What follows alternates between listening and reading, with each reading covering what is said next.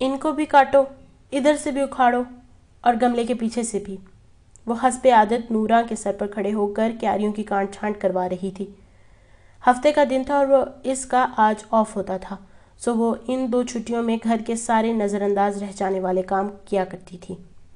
مالی آج پھر نہیں آیا؟ نہیں، بی بی کل کہہ رہا تھا کہ اس کی دادی فوت ہو گئی ہے، گاؤں جا رہا ہے۔ غالباً 3ری دفعہ فوت ہوئی ہے۔ اس کی دادی، اس کو یاد کرا دینا۔ میں نے کہا تھا، پر وہ کہہ رہا تھا کہ دادے کو شادیوں کا بہت شوق ہے۔ نورا کینچی تیز تیز چلاتی پتے کاٹ رہی تھی۔ جانے دو نورا، اس کا دادا شاید 3 سال قبل پہلی دفعہ فوت ہو چکا ہے۔ کل تو اتوار ہے تو اب سوموار کو ہی آئے گا۔ اس سے کہنا شام کو مجھ سے مل کر جائے، ورنہ میں اس کے دادے سے ہی بات کروں گی اب۔ وہ ہاتھ میں پائپ پکڑے باری باری گملوں کو پانی دے رہی تھی۔ پانی کی دھار گملوں کی مٹی لباب میں بھر جاتی تو وہ پائپ کا رخ موڑ کر دوسرے گملوں کی طرف لے جاتی۔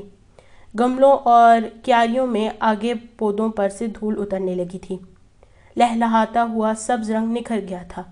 سارے لان میں گیلی مٹی کی بھینی بھینی خوشبو پھیلی تھی، بارش کے بعد کی خوشبو جب آسمان دھل کر صاف ہو جاتا ہے۔ پانی بھی کتنی مقدس شے ہے بی بی، ہر چیز کو پاک کر دیتا ہے، ساری دھول اور گرد بہا لے جاتا ہے۔ نورا کینچی کی نوک سے مٹی میں اگی خودرو جڑی بوٹی اکھاڑتے ہوئے بولی تھی۔ وہ اکثر یوں ہی فلسفانہ باتیں کیا کرتی تھی۔ اس کی بیٹی 2 دفعہ بیوہ ہو کر بہت دقتوں سے 3ری دفعہ بیاہی گئی تھی۔ چھوٹی دونوں بیٹیاں پیدائشی معذور تھیں، بس ایک ہی بیٹا تھا جو اس کا سہارا تھا۔ حالات نے اسے ایسا بنا دیا تھا شاید۔ پانی ہر شے نہیں دھو سکتی نورا، یہ زخم نہیں دھو سکتی، یہ دل کے داغ اور آگ کے جلے نشان نہیں دھو سکتا، مگر راکھ تو بہا لے جا سکتا ہے نا بی بی۔ وہ ذرا سا چونکی، پائپ ہاتھ میں ڈھیلا پڑا، دھار کا رخ بدل گیا۔ پانی نے اس کے پائنچوں کو بھگو دیا تھا تو اس نے فوراً پائپ سیدھا کیا۔ بہت سوچتی رہتی ہو تم نورا۔ بس بی بی، بندہ جو سوچے اچھا سوچے، ورنہ دماغ کھوکھلا ہونے لگتا ہے۔ یہ والی بھی نکال دوں؟ اس نے اس بات میں گردن ہلائی۔ نورا سر جھکائے مگن سے کام کرنے لگی تھی۔ دفعتاً کسی کی آہٹ پر سر اٹھایا اور زور سے ہاتھ ہلایا۔ ہش پرے، اس نے کسی شے کو دور جانے پر کہا تھا۔ لالا رخ نے گردن موڑ کر دیکھا، دیوار کی منڈیر سے ایک بلونگڑا درخت پہ پھلانگتا نیچے اتر رہا تھا۔ ہٹ پرے، نورا اسے بھگانے کو اٹھی۔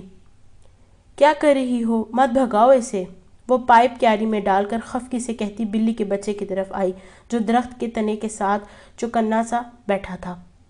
کیوں اس بے زبان کو بھگا رہی ہو؟ ایسے کسی کو دھتکارتے نہیں ہیں۔ وہ آگے بڑھی اور پنجوں کے بل گھاس پر بیٹھتے ہوئے چچ کی آواز نکال کر ہاتھ بڑھا کر بلونگڑے کو قریب کیا۔ اسی پل کھلے گیٹ سے کوئی اندر داخل ہوا تھا۔ وہ گھاس پر پنجوں کے بل بیٹھی بلی کو اپنے پاس بلانے کی کوشش کر رہی تھی۔ وہ جو کوئی بھی تھا رک کر اسے دیکھنے لگا۔ میں تو بی بی اسی لیے کہ پتہ نہیں جی کس کا ہے، خواہ گھر میں کیوں گھسائیں، گند کرے گی۔ نورا شرمندہ ہو گئی، جانتی تھی کہ لالا رخ کو ایسی باتیں کتنی بری لگتی ہیں، پھر بھی کوتاہی کر جاتی۔ ہمارا گھر اس ننھے سے بچے کے لیے چھوٹا نہیں ہے نورا، ادھر آؤ میرے پاس۔ بلونگڑا اس کے ہاتھ کو سونگھتا اس کے قریب آ گیا۔ اس نے پیار سے اس کی فرش سہلائے اور اسے بازو میں بھر لیا۔ آئندہ کوئی دروازے پہ آئے تو اسے دھتکارنا نہیں، بے گھر کو پناہ دے دینی چاہیے، جانے اسے اپنا ٹھکانے کا پتہ بھی ہے یا راستہ بھول گیا ہے۔ وہ اسے بازو میں لیے پیار کر رہی تھی۔ بلیاں راستہ کبھی نہیں بھولتی بی بی، ان کو میلوں دور بھی چھوڑ آؤ یہ پھر بھی اپنے گھر واپس آ جاتی ہیں۔ بلونگڑے کی نرم کھال سلاتی ہوئی اس کی انگلیاں لمحے بھر کو تھمیں۔ اس کی آنکھوں میں ایک سایہ سا لہرایا، کاش انسان بھی بلی جیسے ہوتے نورا۔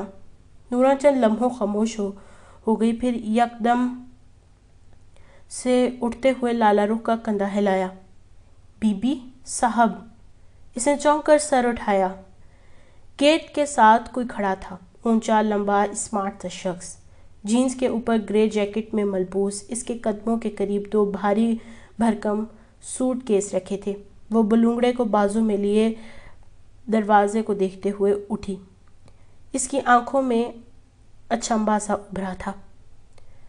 السلام علیکم۔ ان کو اپنی طرف متوجہ پا کر وہ قدرے گڑبڑا گیا۔ وعلیکم السلام۔ اس نے انہی سنجیدہ تاثرات کے ساتھ اسے سر ہلایا تھا۔ آپ؟ میں فرحاد ہوں، فرحاد تیمور۔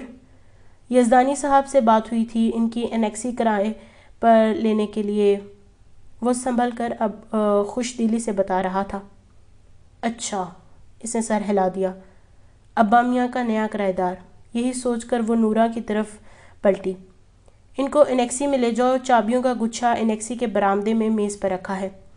وہ پھر سے بلی کی طرف متوجہ ہو گئی جو اب اس کے ہاتھ کی پشت چاٹ رہی تھی۔ یزدانی صاحب گھر پہ ہیں؟ نورا کے پیچھے جانے کے بجائے وہ رک کر ذرا جھک کر پوچھنے لگا۔ نہیں۔ وہ بلی کو دیکھتے اس کی پشت پر ہاتھ پھیر رہی تھی۔ وہ چند لمحے لب کاٹتا رہ گیا، پھر پلٹ گیا۔ نورا کے عقب میں انیکسی کی سیڑھیاں چڑھتے ہوئے اس نے ایک دفعہ پلٹ کر اسے دیکھا۔ وہ ابھی تک بلی کو پیار کر رہی تھی۔ وہ برآمدے کا دروازہ کھول کر باہر نکلا، ادھر ادھر گھوما کر دیکھا۔ وہ سامنے لان میں کرسی پر بیٹھی مگن سی اخبار کے صفحے پلٹ رہی تھی۔ سادہ شلوار قمیض اور شانوں پر دوپٹہ پھیلائے اپنے بال کیچر میں بند کیے بیٹھی تھی۔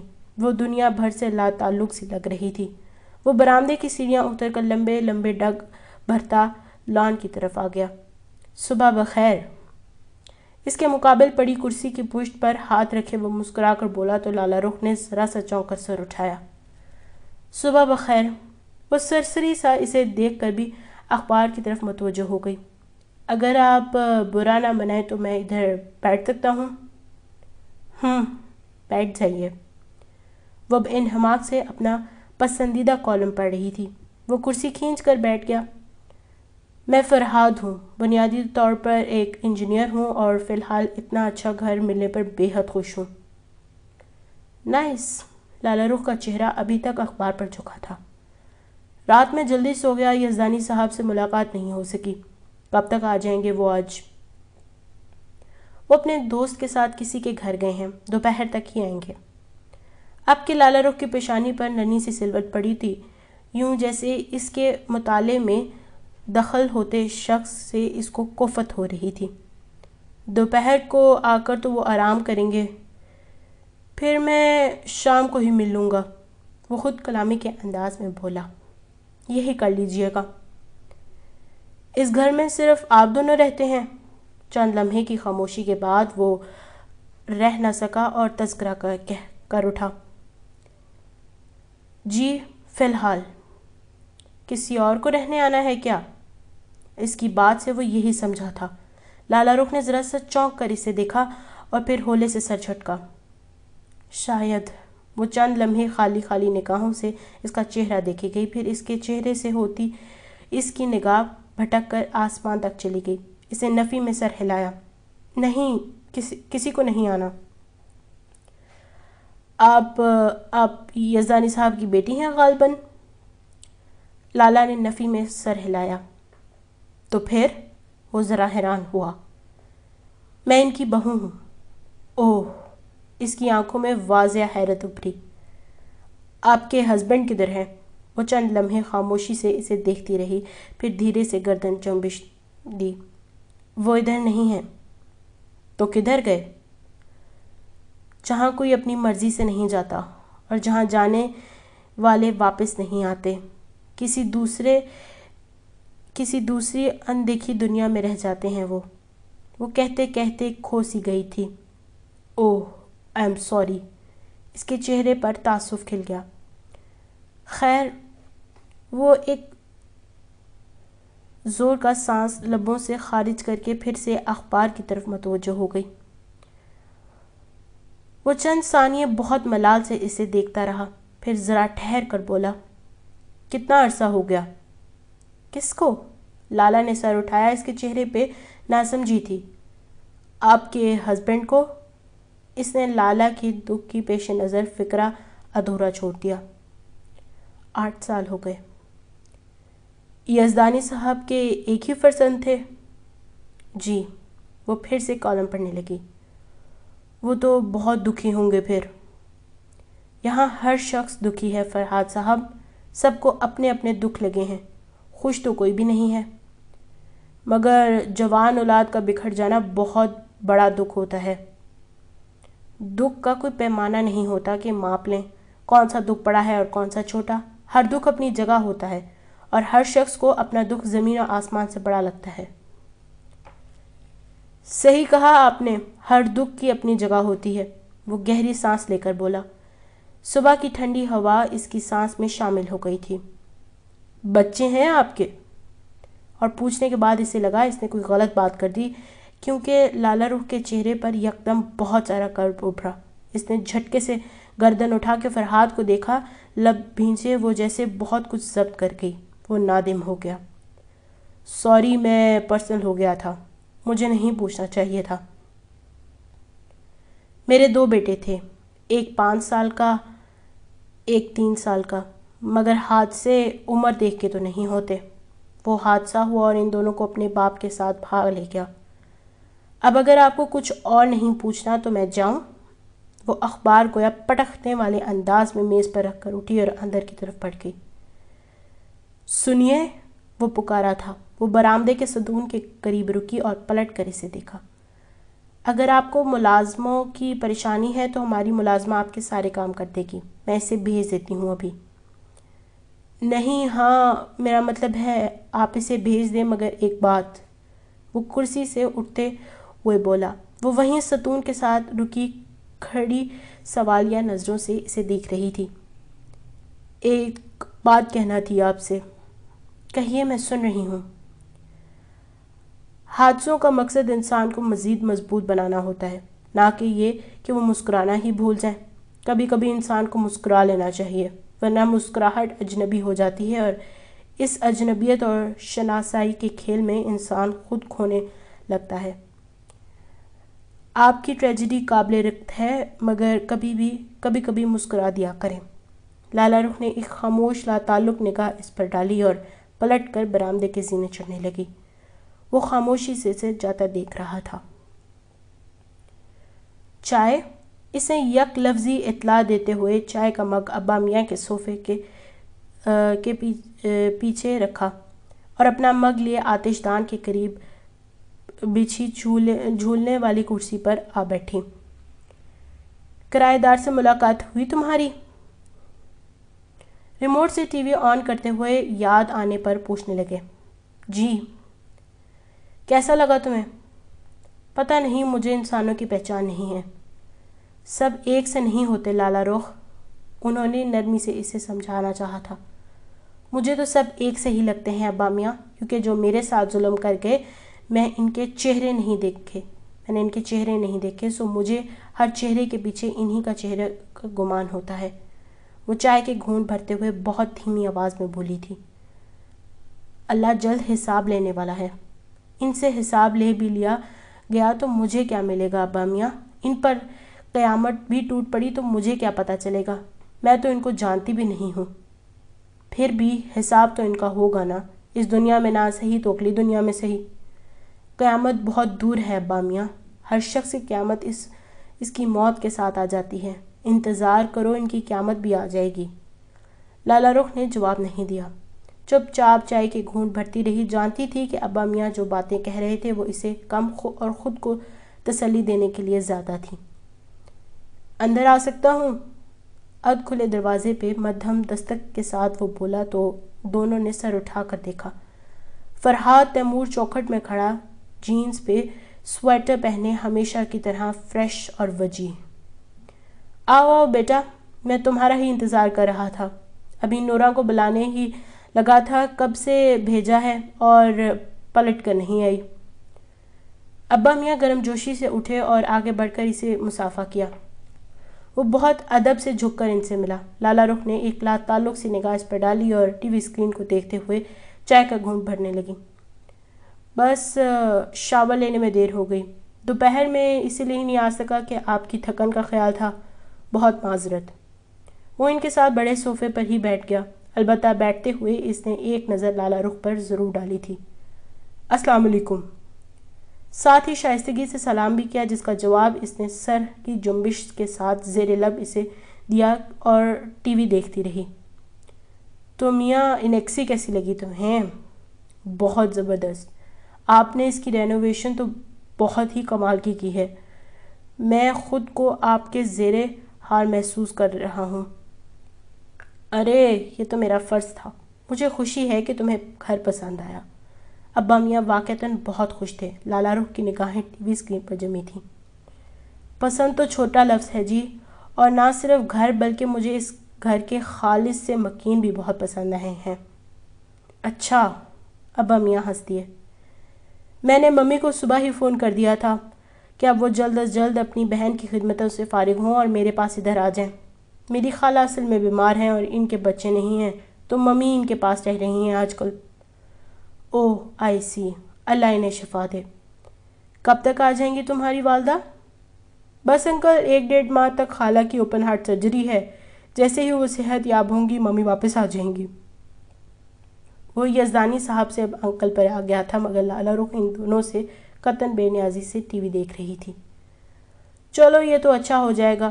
میں اس گھر میں رونق چاہتا تھا اور تمہاری فیملی سے خوب رونق ہو جائے گی. اس کی تو آپ فکر ہی نہ کریں. وہ دھیرے سے ہنسا. اسی پل گھڑیال نے ٹن کی آواز کے ساتھ 6 بجائے. لالا رخ چائے کا مگ میز پر دھر کر تیزی سے اٹھی، سلیپرز پہنے اور باہر نکل گئی. اس کے عجلت بھرے انداز پہ فرحاد نے گردن موڑ کر ذرا حیرت سے اسے دیکھا. وہ لاؤنج کا دروازہ پار کر گئی اور کھلی کھڑکی سے اب گیٹ کی طرف جاتی دکھائی دے رہی تھی. خیریت؟ اس کے انداز سے وہ ذرا پریشان سا ہو گیا. ہاں خیریت ہے. ابا میاں نے ایک تاسف بھرے سانس اندر کو کھینچی اور سر جھٹکا. تمہارا آفس تو یہاں سے قریب پڑتا ہوگا. کاشان کچھ ایسے بتا رہا تھا. جی. وہ جو پریشانی سے کھڑکی کے باہر دیکھ رہا تھا ذرا سنبھل کر سیدھا ہوا. قریب ہی ہے. 15 منٹ کی ڈرائیو ہے. گاڑی ہے تمہارے پاس؟ ابھی نہیں ہے، بس 2-4 دن تک نکلواؤں گا. تب تک تم میری گاڑی استعمال کر سکتے ہو اور پلیز اب تکلف نہ کرنا.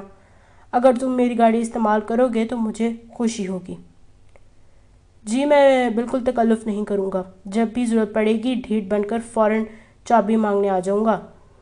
اسی پر لاؤنج کا دروازہ کھلا اور لالا رخ اندر داخل ہوئی. فرحاد نے ذرا چونک کر اسے دیکھا. اس کے چہرے کے تاثرات وہ نہیں تھے جو جاتے وقت تھے. اب وہاں تھکن تھی، صرف اور صرف تھکن. شاید کرب بھی تھا. نارسائی کا کرب. وہ کچھ کہے بنا اندر اپنے کمرے کی سمت پڑ گئی. فرحاد نے دیکھا ابا میاں نے تعصب سے سر جھٹکا تھا. لالا رخ کا چائے کا آدھا مگ یوں ہی میز پر رکھا تھا. چائے اب ٹھنڈی ہو چکی تھی. کاغذ پہ بال پوائنٹ چلنے کی تیز تیز آواز کمرے میں سنائی دے رہی تھی. وہ کاپیوں کا ایک ڈھیر سامنے رکھی بیٹھی اور ہاتھ میں پکڑی کاپی کو سرخ پین کے ساتھ چیک کر رہی تھی. آج اسکول میں بچوں کا ٹیسٹ ہوا تھا اور کاپیوں کا انبار لگا ہوا تھا جیسے وہ چیک کرنے اپنے ساتھ لے آئی تھی. گھنٹہ ہو گیا تھا اسے کاپیاں چیک کرتے ہوئے اور ابھی بس آدھی ہوئی تھیں. دفعتاً اسے کسی طوطے کے بولنے کی آواز آئی، جیسے 2 پرندے آوازیں بلند چہچہا رہے ہوں. اس نے چونک کر سر اٹھایا. سامنے کھڑکی کے پردے ہٹے تو لان کا منظر واضح ہوا. کیاری کے قریب نورا کا بیٹا اصغر ایک بڑے سے پنجرے کو درخت کی موٹی سی شاخ پر باندھ رہا تھا. پنجرے میں 2 خوبصورت بڑے بڑے طوطے تھے. وہ ایک دم کاپی پھینک کر اٹھی اور تیزی سے باہر آئی. لاؤنج کا دروازہ پار کر کے وہ بھاگتے ہوئے لان میں پہنچی. اصغر، اصغر! جتنے غصے سے اس نے پکارا تھا اصغر ہڑبڑا کر پنجرا اس کے ہاتھ سے چھوٹتے چھوٹتے بچا.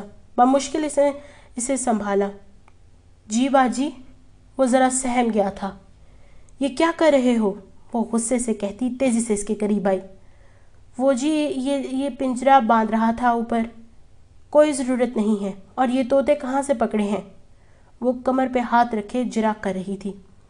میں نے نہیں پکڑے، قسم لو باجی. اچھا کھولو پنجرے کو اور چھوڑو ان کو. جی. وہ بیچارہ ہکا بکا رہ گیا.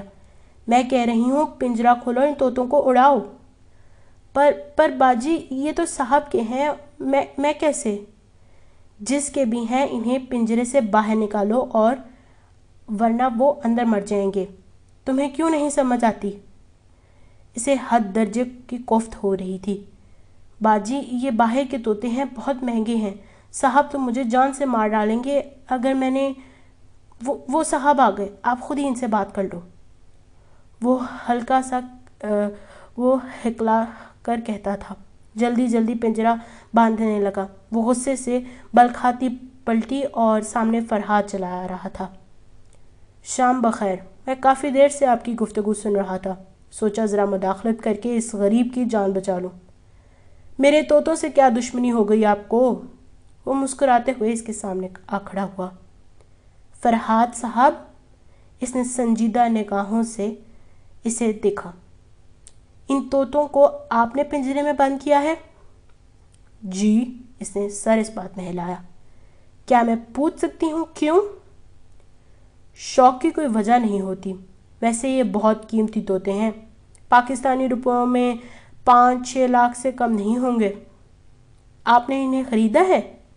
لالا رخ کی پیشانی پہ شکن پڑ گئے۔ جی، اور تبھی میں نے پورے استحقاق سے ان کو اس پنجرے میں رکھا ہے۔ اس نے احتجاجیہ سر جھٹکا۔ جس نے خریدا اسے خریدنے کا اختیار نہ تھا، اور جس نے بیچا اسے بیچنے کا اختیار نہ تھا۔ 5 لاکھ 6 لاکھ کتنی رقم لگاتے ہیں آپ لوگ کسی جیتے جاگتے وجود کی؟ یہ حق کس نے دیا ہے آپ کو کسی مظلوم کو پکڑ کر بیچتے اور خریدنے پھریں؟ زندگیاں بکاؤ مال نہیں ہوتی فرحاد صاحب، مگر کاش آپ سمجھیں، وہ تعصب سے کہتی واپس جانے کو مڑی۔ 1 منٹ لالا رخ، وہ پیچھے سے پکار اٹھا۔ اسے جاتے ہوں کو پکارنے کی بہت بری عادت تھی۔ لالا رخ نے ذرا سی گردن موڑی۔ فرحاد ہولے سے مسکرا ایک ہاتھ سے شاخ سے لٹکے پنجرے کا دروازہ کھول دیا۔